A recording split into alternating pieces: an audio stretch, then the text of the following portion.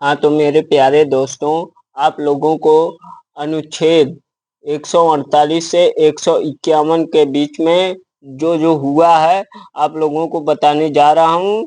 तो आप लोग हमारी इस वीडियो को ध्यान से देखिएगा और दोस्तों चैनल को लाइक और सब्सक्राइब करिएगा और दोस्तों के यहाँ शेयर भी करिएगा। दोस्तों देखो, नियंत्रक महालेखा परीक्षक की नियुक्ति राष्ट्रपति करता है, किंतु उसे पद से संसद के दोनों सदनों के समावेदन पर ही हटाया जा सकता है, जिसका आधार साबित कदाचार या असमर्थता होगा। यानी इसे हटाने की प्रक्रिया उच्चतम न्यायालय के न्यायाधीश के समान होगी। इसकी पदावधि पद ग्रहण करने की तिथि से 6 वर्ष होगी, लेकिन यदि इससे पूर्व 65 वर्ष की आयु प्राप्त कर लेता है तो वह अवकाश ग्रहण कर लेगा। वह सेवानिवृत्ति के पश्चात भारत सरकार के अधीन कोई पद धारण नहीं कर सकता।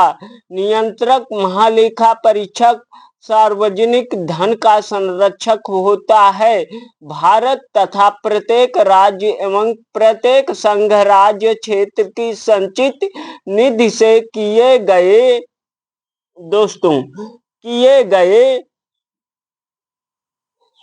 सभी व्यय विधि के अधीन ही हुए हैं। यह इस बात का संपरीक्षा करता है। नियंत्रक एवं महालेखा परीक्षक राष्ट्रपति या राज्यपाल के निवेदन पर किसी अन्य प्राधिकरण के लेखाओं की भी लेखा परीक्षा करता है, जैसे स्थानीय निकायों की लेखा परीक्षा। दोस्तों, जैसे स्थानीय निकायों की लेखा परीक्षा। और दोस्तों अब देखो, फिर उसके बाद क्या है कि नियंत्रक एवं महालेखा परीक्षक केंद्र सरकार के लेखाओं से संबंधित प्रतिवेदनों को राष्ट्रपति को देता है, जिसे वह संसद के प्रत्येक सदन के पटल पर रखते हैं। अनुच्छेद 151 जो फर्स्ट है, 151 फर्स्ट में है। और दोस्तों देखो, नियंत्रक एवं महालेखा परीक्षक किसी राज्य के लेखाओं से संबंधित प्रतिवेदनों को उस राज्य के राज्यपाल को देता है, जिसे वह उस राज्य के विधानमंडल के पटल पर रखते हैं। नियंत्रक एवं महालेखा परीक्षक राष्ट्रपति को 3 लेखा परीक्षा प्रतिवेदन प्रस्तुत करता है। दोस्तों देखो, कौन कौन सा? विनियोग लेखाओं पर लेखा परीक्षा रिपोर्ट, और दोस्तों वित्त लेखाओं पर लोक परीक्षा रिपोर्ट, और सरकारी उपक्रमों पर लेखा परीक्षा रिपोर्ट। राष्ट्रपति इन रिपोर्टों को संसद के दोनों सदनों के सभा पटल पर रखता है।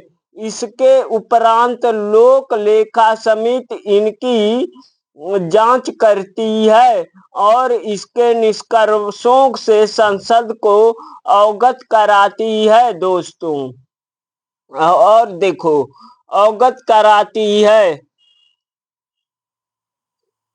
फिर क्या है? फिर देखो, नोट है कि नियंत्रक एवं महालेखा परीक्षक संसद की लोक लेखा समिति के गाइड मित्र एवं मार्गदर्शक के रूप में कार्य करता है। दोस्तों और दोस्तों देखो, महान्यायवादी सर्वप्रथम भारत सरकार का विधि अधिकारी होता है। और दोस्तों, भारत का महान्यायवादी ना तो संसद का सदस्य होता है और न ही मंत्रिमंडल का सदस्य होता है, लेकिन वह किसी भी सदन में अथवा उनकी समितियों में बोल सकता है, किंतु उसे मत देने का अधिकार नहीं है। अनुच्छेद 88 में है। देखो दोस्तों, अनुच्छेद 88 में ये बात कही गई है। और देखो दोस्तों, क्या है कि महान्यायवादी की नियुक्ति राष्ट्रपति करता है तथा वह उसके प्रसाद पर्यंत पद धारण करता है। और दोस्तों, महान्यायवादी बनने के लिए वह अर्हताएं होनी चाहिए जो उच्चतम न्यायालय के न्यायाधीश बनने के लिए होती है। महान्यायवादी को भारत के राज्य क्षेत्र के सभी न्यायालयों में सुनवाई का अधिकार है। महान्यायवादी को सहायता देने के लिए एक सॉलिसिटर जनरल तथा 2 अतिरिक्त सॉलिसिटर जनरल भी नियुक्त किए जाते हैं दोस्तों।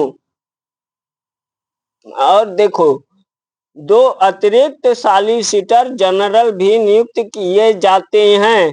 और दोस्तों देखो, राज्य का महाधिवक्ता अनुच्छेद 165 में राज्य के महाधिवक्ता की व्यवस्था की गई है। वह राज्य का सर्वोच्च कानून अधिकारी होता है दोस्तों। महाधिवक्ता की नियुक्ति राज्यपाल के द्वारा होती है। राज्यपाल वैसे न्यायाधीश बनने की योग्यता हो। देखो, राज्यपाल वैसे व्यक्ति को महाधिवक्ता नियुक्त करता है जिसमें उच्च न्यायालय के न्यायाधीश बनने की योग्यता हो। वह अपने पद पर राज्यपाल के प्रसाद पर्यंत बना रहता है।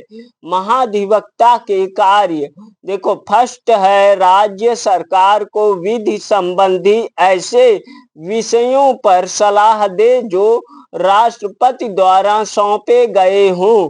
और दूसरा में है दोस्तों, विधिक स्वरूप से ऐसे अन्य कर्तव्यों का पालन करे जो राज्यपाल द्वारा सौंपे गए हों। देख लो दोस्तों। तो और देखो क्या है कि देखो, अपने कार्य संबंधी कर्तव्यों के तहत उसे राज्य के किसी न्यायालय के समक्ष सुनवाई का अधिकार है। इसके अतिरिक्त उसे विधानमंडल, दोनों सदनों या संबंधित समिति अथवा उस सभा में जहां के लिए वह अधिकृत है में बिना मताधिकार बोलने व भाग लेने का अधिकार है दोस्तों। महाधिवक्ता को वे सभी विशेषाधिकार एवं भत्ते मिलते हैं जो विधान मंडल के किसी सदस्य को मिलते हैं। तो धन्यवाद दोस्तों।